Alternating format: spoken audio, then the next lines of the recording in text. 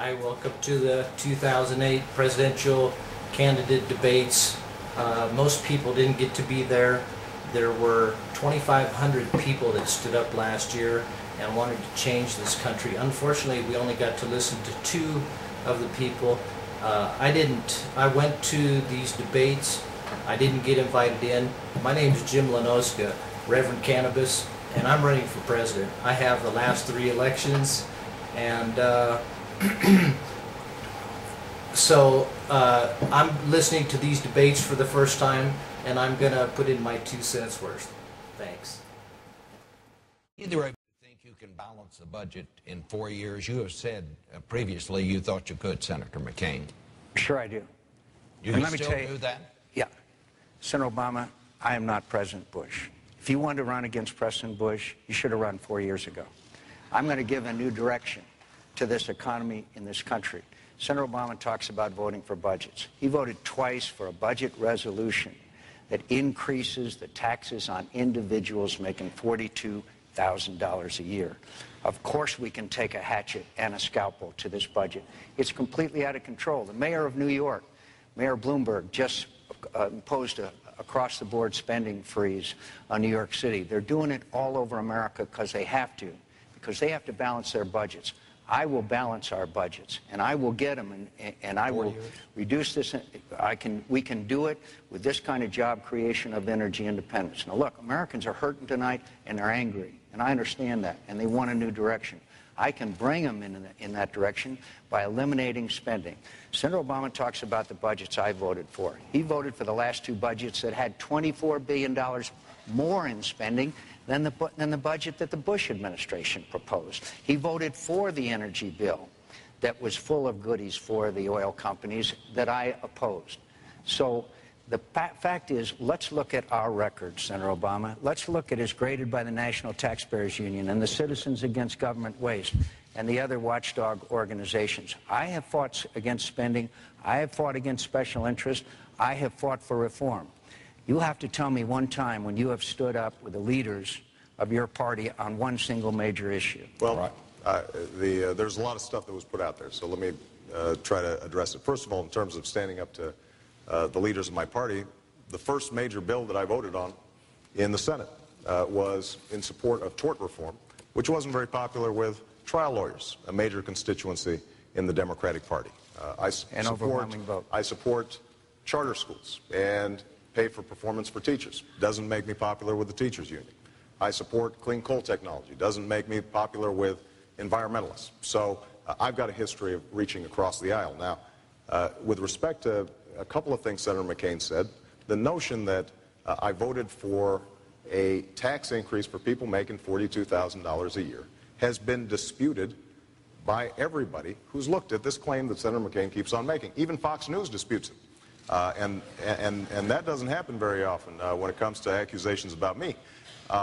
So the fact of the matter is that if I occasionally mistaken your policies for George Bush's policies, it's because on the core economic issues that matter to the American people, on tax policy, on energy policy, on spending priorities, you have been a vigorous supporter of President Bush. Now, you've shown independence, commendable independence, on some key issues like torture, for example, and I give you enormous credit for that.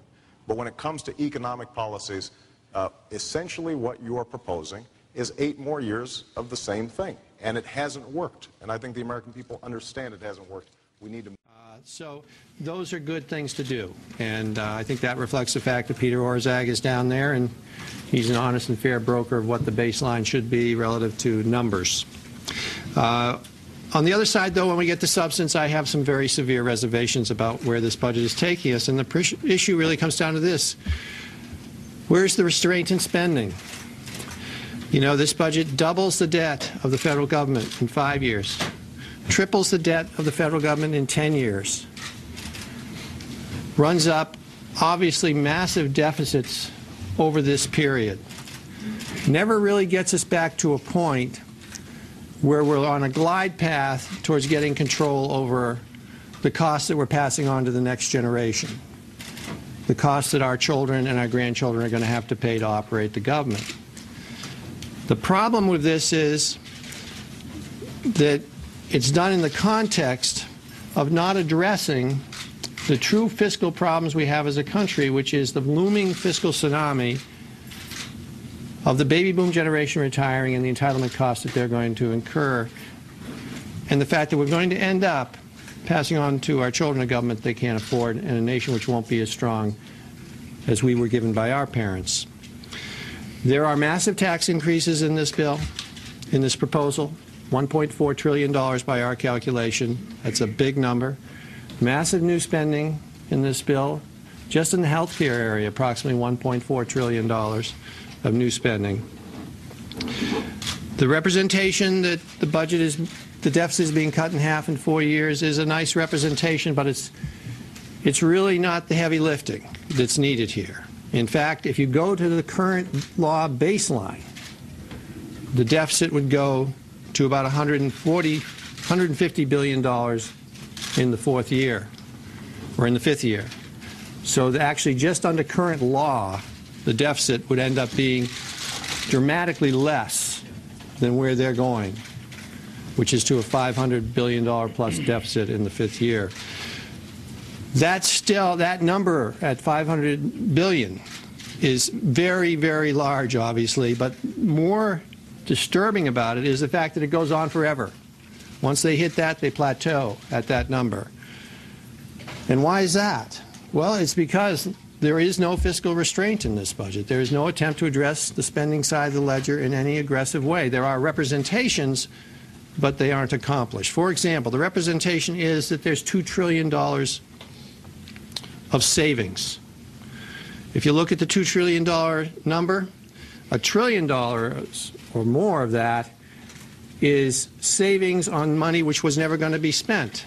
It's the war costs being spread out to the 10th year when we know we're not going to have the war costs to the 10th year because the President's already told us we're going to basically be out of Iraq next year. And so they're scoring a number as a savings against spending which is never going to occur. So that's an extremely hollow number. And the other half of the $1 trillion is tax increases. I don't score spending restraint as tax increases. That's a different type of accounting for me. So that creates the problem. The problem is that, yes, we understand the President wants to move forward aggressively with a health care initiative. But we're already spending 17.5% of gross national product in this country on health care. As has been said by members of his own party, the resources are there. We don't need to add another $1.4 trillion on top of that in order to address health care and do it in a fiscally responsible way. We have to have some discipline on the spending side of the ledger if we're going to have a reasonable budget, if we're going to get the deficit down to a reasonable number, and if we're going to pass on to our kids a country they can afford. Move in a new direction. I think both these guys need to ditch those ties because it's obvious that it's cutting off the blood supply to their brains. They've had 200 years, both parties, of talking about balanced budget, and they haven't given us that, have they? And the funny thing is they can't balance the budget. The problem is the debt, you know. So that's my reply. Thank you.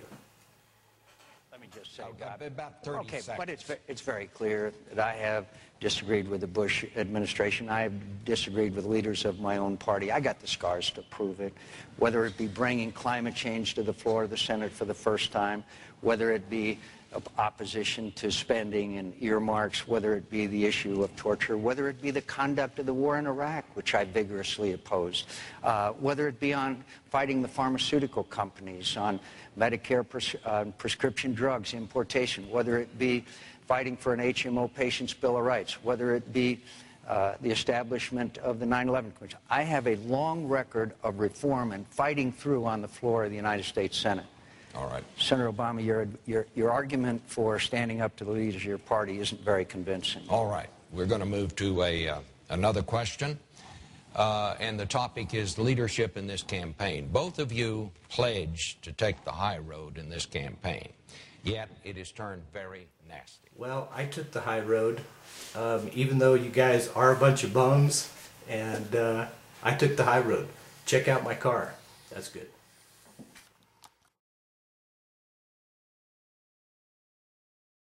Senator Obama, your campaign has used words like erratic, out of touch, lie, angry, losing his bearings to describe Senator McCain.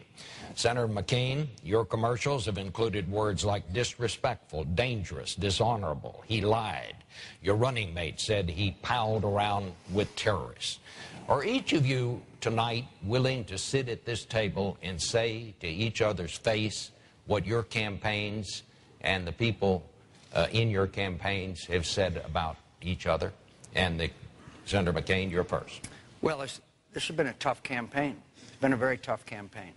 And I know from my experience in many campaigns that if Senator Obama had responded to my urgent request to sit down and do town hall meetings and come before the American people, we could have done at least 10 of them by now.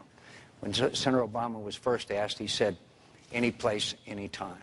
The way Barry